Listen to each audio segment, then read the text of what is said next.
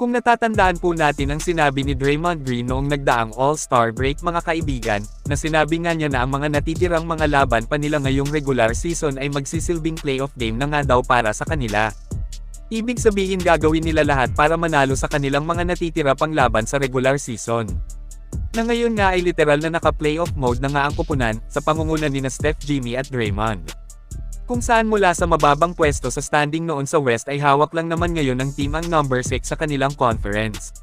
Masasabing kapag ang kagaya nitong si Dre ang magbitiw ng salita ay talagang tutuhanin nito.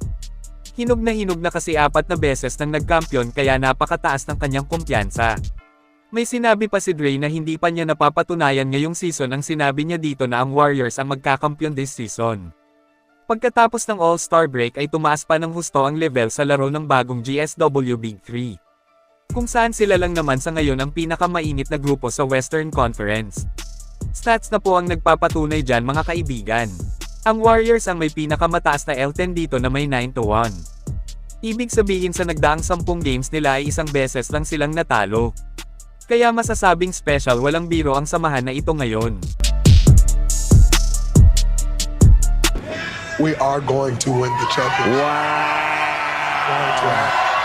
Sa bakbakan ng Golden State Warriors kontra Blazers ay isang napakagandang team effort performance ang lumutang para sa Dubs.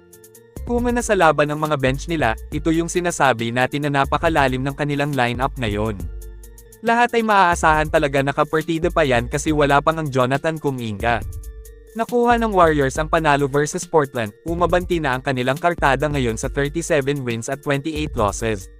Nakaupo pa rin sa number 6 sa West, pero hindi nga gaanong makakapag-relax dito ang Dubs kasi mainit din ang Minnesota Timberwolves palaging nakaabang sa GSW. Ibang klase ang energy ng buong Warriors sa laban-kalaban ng dayong Portland Trail Blazers.